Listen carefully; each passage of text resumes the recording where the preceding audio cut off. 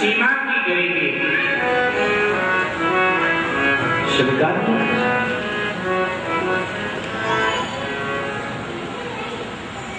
कैसे करें? देवी, क्या आपके पतिदेव ने कभी आपको ये नहीं बताया कि उनकी मित्रता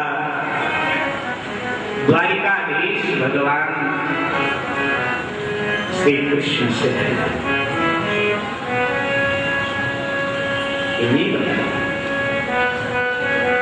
सुशीला जी ने पर नहीं माना।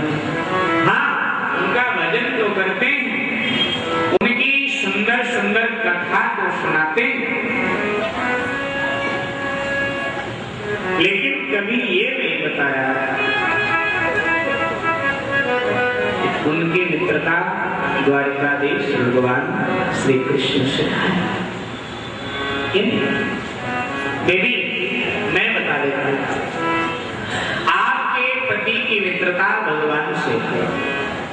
अगर एक बार भूल कर भी आप अपने पति को द्वारिका भेज देती हो, तो द्वारिका जाने से आपके जन्म जन्मांतर की दरिद्रता नष्ट हो जाएगी। इसलिए देवी, मेरी बात मानो, एक बार आप अपने पति को द्वारिका भेज। ठीक है महाराज, मैं प्रयास करूंगी। सुशीला जी झोपड़ी की ओर मुड़ी, भिखारी के वेश में भगवान अंतर ध्यान हो गए, मानो रूठे सुदामा को मनाने हैं। कई बार भक्त रूठ जाए तो भगवान मनाने आ जाते, अब तो आजा, अब तो मैं आ गया मनाने, अब मैं तो उठाया। कई बार भक्त रूठ जाता है तो भगवान ऐसा करते।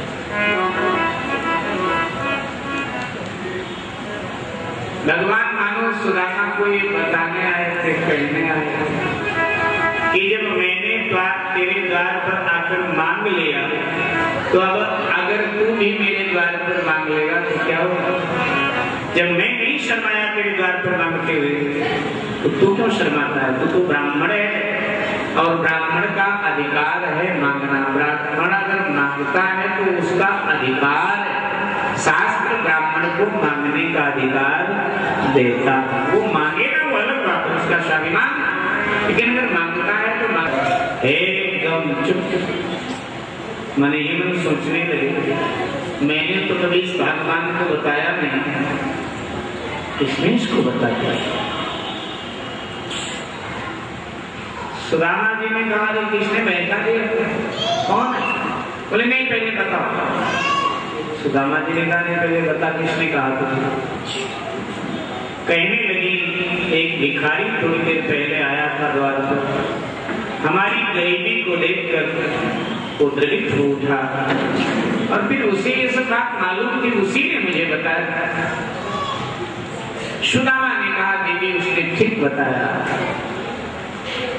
कभी हम और भगवान श्री कृष्ण दोनों उज्जैन में संदीपनी गुरु के आश्रम में विद्या अध्ययन करते थे।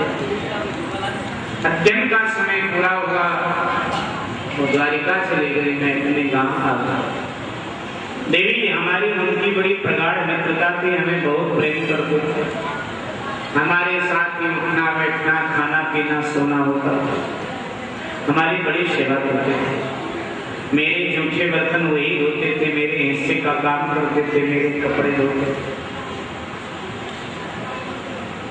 मैं पढ़ने में कमजोर था, मैं पाठ भूल जाता था, तो गुरुजी दंड देते थे कि जा करके वन से लकड़ी आओ। जो विद्यार्थी पाठ भूलता था उसे दंड दिया जाता था, वन से जाकर लकड़ी लेकर के आओ। अक्षर में अपना पाठ भूल जाता था, और जब गुरुजी मुझे दंड देते थे जा लकड़ी लेके आ, तो जानबूझकर श्री कृष्ण भी अपना पाठ बोल जाते थे, गलत पाठ गुरुजी को सुना देते थे, तो वही दंड श्री कृष्ण को भी मिलता था, तो भी जाता। और तब भगवान मेरे हिस्से की भी लकड़ी का गट्ठर अपने सर पे लाद करके लाते थे, मेरे हिस्से का काम करते थे। भगवान ने तो कहा है, अनन्य चिंतन्तो मां हे जनाः परिपासते तेषां नित्यभियुक्तानां योगक्षेमं वहाम्यहम्।